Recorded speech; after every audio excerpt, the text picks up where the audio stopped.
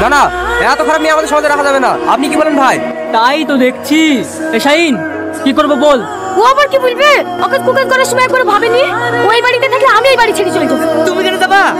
সেই বাড়ি মানুষের কথা একবারও ভাবেনি, সে যাবে বাড়ি ছেড়ে। এই শাহিন, তুই কি বলছিস? যেমন তোর কোলে পিঠে করে মানুষ করলো, আজ তুই তাকে বাড়ি ছেড়ে চলে যেতে বলছিস? তুই জানিস শুধু তোর বাবার সাথে কথা ভেবি ও নিজের সমস্ত সুখ বিসর্জন দিয়েছে। আচ্ছা ওসব কথা বলতে হবে না। আমি আজ দোষ না করি সবার চোখে দোষী। ভালো থাকিস তোরা। এই কলকিনের মুখ তোদেরকে আর কোনোদিন দেখতে হবে না। দাঁড়া দাঁড়া, চমা আজ থেকে তুই আমার বাড়িতে থাকবি। না গো চাচা, আমি চাইনি।